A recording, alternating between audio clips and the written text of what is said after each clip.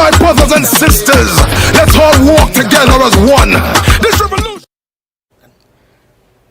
The Honorable Kamala Prasad Bisesa, members of Parliament here this evening, fellow speakers, very inspiring speakers, UNC supporters in our listening and viewing audience, which also appear to include the Honorable Prime Minister, because he seemed to know more about our press conferences and meetings than even I do, it appears. So I want tonight to say, good night, Keith.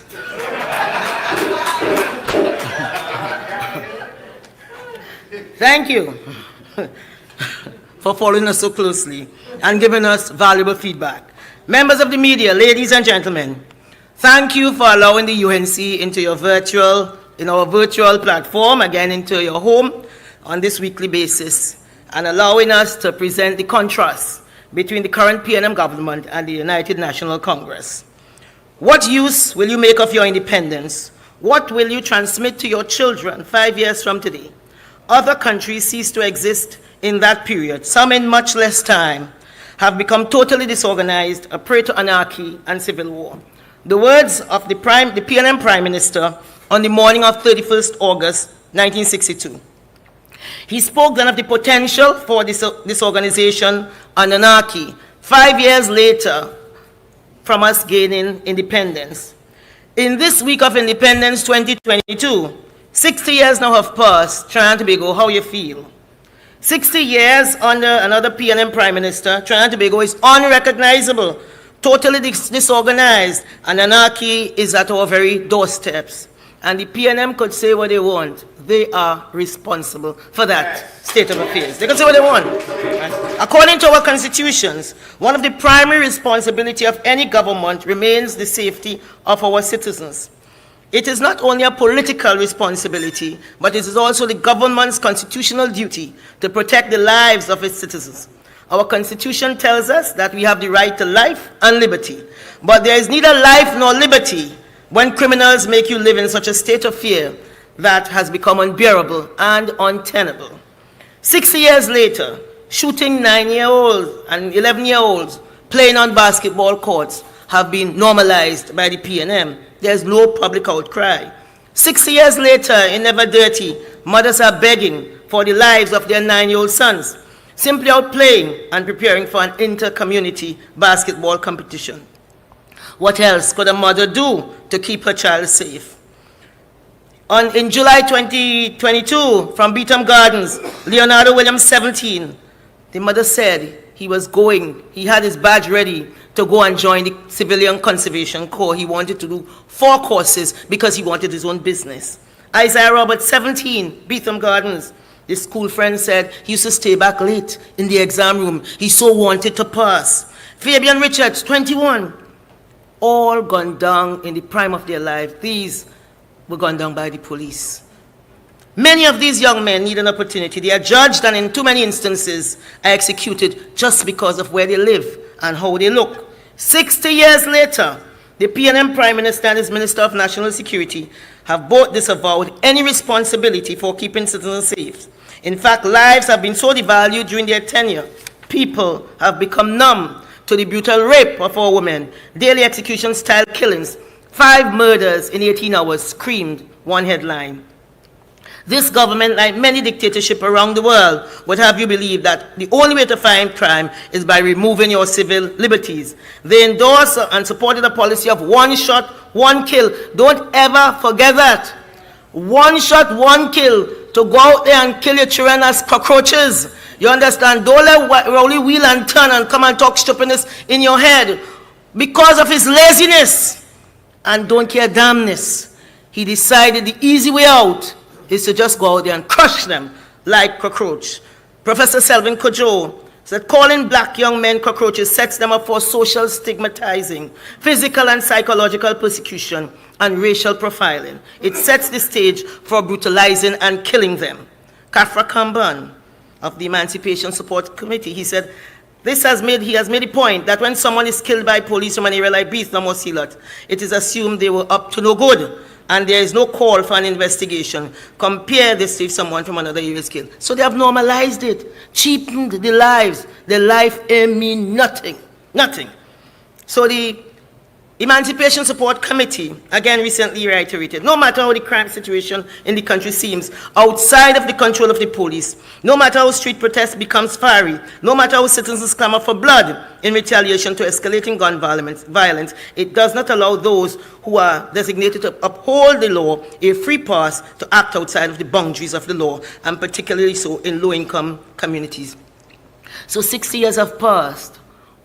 How you feel? You see, I'm seeing all of these memes going around, and nobody are really celebrating, you know. The only person who chip in to Steel Band is Jearlean, you know. Is he alone up in his feelings? Nobody else is celebrating. So 60 years after independence, the government wants to force feed the population with the notion that in order to fight crime, they must restrict your right to bail. We know that is simply not true. They have had that tool for 3 years. And it didn't work. It never worked. But of course, they have a Mr. Attorney General, in case you missed it. He said he is coming back. He willing and coming again to the Parliament with legislation. I don't know to say what or to do what, because it is just another piece, let me tell you from in front, another piece of rubbish from the laziest, dunciest, stupidest, most nonsensical government since independence. The government continues to peddle the same stupidity, and it is impossible now for them to attract anyone new. So we are stuck with the lightweight deadbeat brigade because no one else is prepared to debase themselves for P&M office. Nobody else. And I say tonight, for God's sake, just go. Yeah. Just go. Yeah. Rowley said Kamala told him not to turn up for his own meeting, and he didn't show up. Well then, all right, tonight I'm telling you, go. Yeah. Go and go now. Go now. What did this government expect when they callously left thousands of children without laptops? And our shadow minister of education, MP Haynes, just went through so succinctly what happened. And this is just within 12 minutes. Imagine if she had time to really explain what happened. And there they are on the same giddiness, giggling and talking stupidness, and feel everybody's stupid. Everybody's stupid. All they are doing is a pipeline to them boys' jail on Frederick Street. That's all. Left thousands of children without laptops or any means of continuing their education. The future is in artificial intelligence, is in chip making. California announced that in 2035, they will ban cars with gasoline. So you have to make a certain kind of battery. That is where we should be going. But you have the duncy heads talking stupidness, but they're giving you the basic minimum. To do what? To get minimum wage. So they could pay you just to live. Barely to breathe. So you're there singing, nobody knows the trouble I see, and but for the grace of God goeth I, because you could only live on prayers, and them inside the Parliament running in and out, with recusal and enjoying a good life. So much so that when Mr. Stuart Young goes in, because you know he very prolific with the recusal, by the time he gets in, they call his name again. You know he can't even turn around. He had to moonwalking out of the cabinet. You understand? Them business fix. You understand? No, he can't sit down. It's like he got H. You understand? So he can't turn around. He had to moonwalk because his name called again. Young, gone again. Because money good for his father and his brother, but black people is too much for them. It is too much for them. So when you could leave 5 young men to suffocate in a pipe, suffocate, begging for air, and the Prime Minister leaves his best friend and his crew at Paria, and they are left to conduct an investigation into themselves, and they are asking how we got here. We get here because of you, Prime Minister, because of your cruelty. You got here because you are cruel, and you're wicked, and you're bad, and you're disgusting, and you need to go. You need to go. It's just too much. It's just too much. So tonight it gives me no pleasure to say we told you so, and you heard MP Anita Haynes. We told you so. When you leave children without laptop, without school, without connectivity, what do you expect? You leave the gangman to be brighter than you? He's saying, come by here, my boy. Because he has things for you. The devil does find work for idle hands to do. Parents can't manage. They can't cope. And yet this government would have taken away $500. $500. Stuart Young recusing himself and moonwalking out of the cabinet. But $500 for mothers who need it. Oh God, they need it for their children. You took that away. You know, again, MP Haynes, she spoke about all that they took away because they ain't thinking. They're just bad-minded and downright stupid. Because, no, that's stupid. Because when I remembered in 2010, nobody took away anything. They evaluated. This good, this is so good, we'll improve it. That is why dollar for dollar became gate, and gate became a bigger gate. Because you're building. When Eric Williams said the future of the children is in the school bag, and again, our own leader expanded it. She was the bridge that created, the bridge that ensured that every child had access to secondary school education. It was Kamla Prasad Bisesa. Yes, they want to beat her down. You know why they want to beat her down? They're jealous. They have nothing to offer.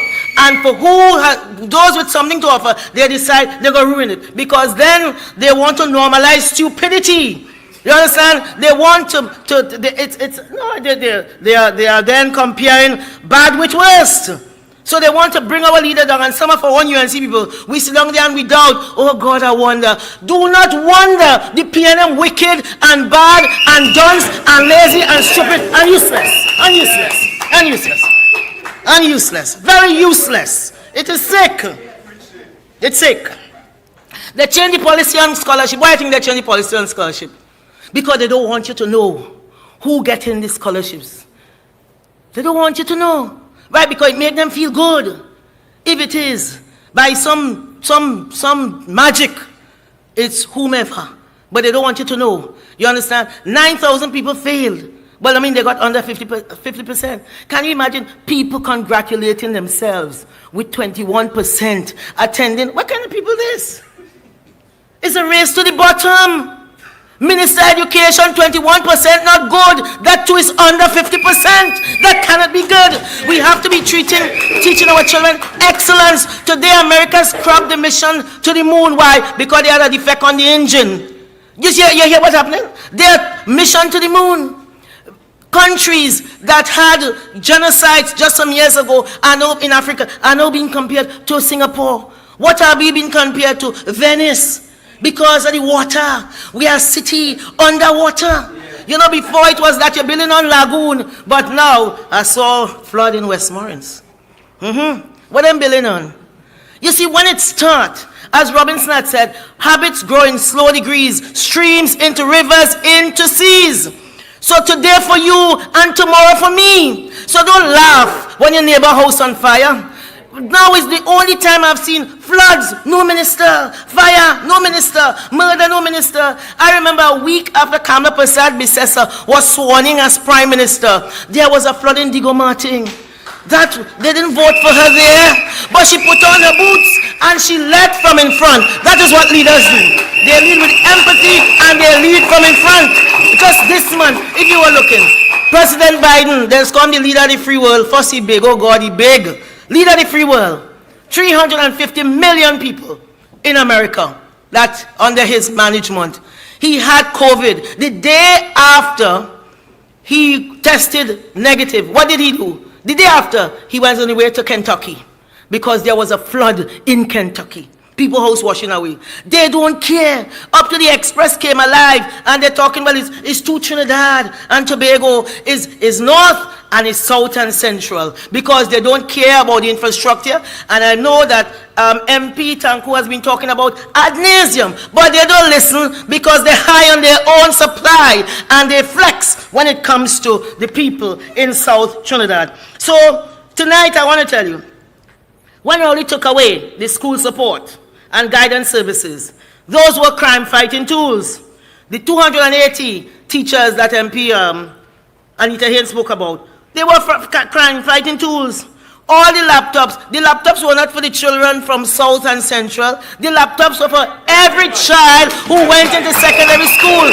Today they have a means test. They have a means test. You know what that means? It means any child who parents support the PNM, they are going to they pass the test. That is all that means.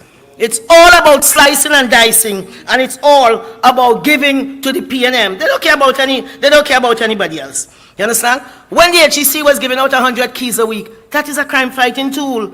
VAT off of the basic food items, thousands of items, that is a crime-fighting tool. These things don't come down and jump up and kiss you. It's not something out there somewhere. It is, you have to have structure. You have to have purpose. You have to have data. And you have to pursue this thing called crime. You cannot allow it to just flourish and survive.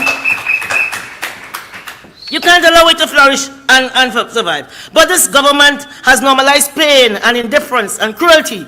So nobody cares. All of their time is consumed with running in and out of the P&M cabinet, where they facilitate each other with billion-dollar deals. That is all they do. So when they killed 3 young men up in Mova, what happened? They created something called some kind of recovery committee.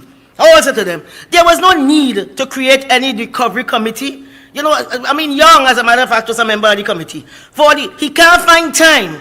He cannot find time to drive from Whitehall to Mova, which is 5 minutes away. But he could find time to pack his bag at taxpayers' expense to go abroad to Palance and talk stupidness. Talk stupidness. In technology, they have a term, guy go garbage in, garbage out. That is Young. He goes there and talks and says, nonsense. Nonsense. Nonsense. You know. So there was no need to create this opportunity, this new committee, because what had happened? Kamla Prasad Bisesa, again, always ahead of the curve. There was a cabinet-appointed committee headed by Professor Selwyn Ryan. She ain't doing no mean stares. She always take the best person for the job. The best person for the job. And there was a document, over 400 pages of a document called Youth at Risk. And it went through everything that you needed to do. All you had to be able to do is to read.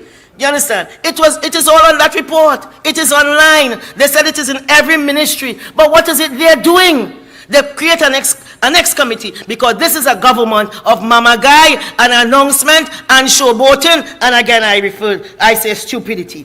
So, yes, it's stupid. I know it's something like a broken record, but that is the only word I can find. I think. So, the Prime Minister, of course, the country is not, we have gone on and on and on.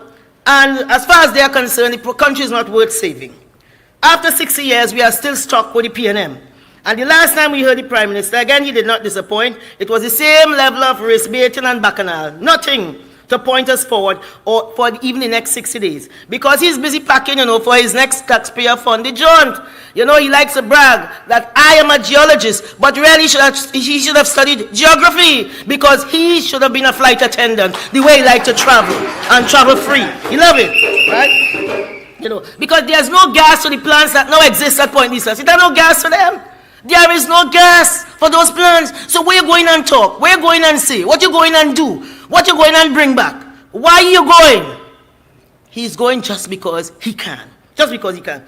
So they have long forgotten Abio Kojo, who was murdered in Latru Straits. You remember that with her 12-year-old son? 12-year-old son, just slaughtered. Trisha Badaloo fighting to help her 21-year-old daughter, who was also savagely chopped up. 3 months ago, then we have Little Hope. And this is just coming, but you just have this rush of murders and hopelessness and callousness, And there you had Little Hope, where they said, the neighbor said, I feel like we all failed her. Because you know what? This government is so missing in action. The people who are there are the neighbors and the NGOs. Trinidad people are good, but they don't have a good government, and we deserve better. We deserve better. His neighbor helping out neighbors, and our women are under pressure with nowhere to turn. And just very briefly, just recently, I look at all of these things. On the 15th of August, Prime Minister Modi, he was rolling out, he's just 71 years old. India was celebrating their 75th anniversary, and he was rolling out his vision for the next 25 years. You think he'll be there? No. But he thinks it's the responsible thing to do. And he has this 5 resolution, and he's building it. He said his focus is around women. He called it Nari Shakti, women power. And he said that there's a distortion has crept into our conduct, and we at times insult women. Can we take a pledge to get rid of this in our behavior? And he goes on in terms of what he said, what the woman pride is going to be a huge asset in fulfilling the dreams of the nation. I see this power, and therefore I am insistent on it. Can we not pledge to get rid of everything in our behavior, culture, and everyday life that humiliates and demeans women? If only our people here, our rulers, will hear how Prime Minister Modi, he elevates women because he understands. He said our nearest sector is being represented in all sectors, and we will move forward quicker to develop nation status if our women are all involved. So you see the difference in the leadership. You see the difference in the leadership. They grind women. They don't protect women and children. If our leader is late at a meeting she's holding, because the leader of the opposition has a lot of responsibilities, and she said, we have a deep bench of talent. So she'll say, let somebody else do the, the PTA address. Your phone, they're ringing off your phone, asking you, where is the leader of the opposition? And they forget to ask Rowley, who missing in action for a whole month. They never ask.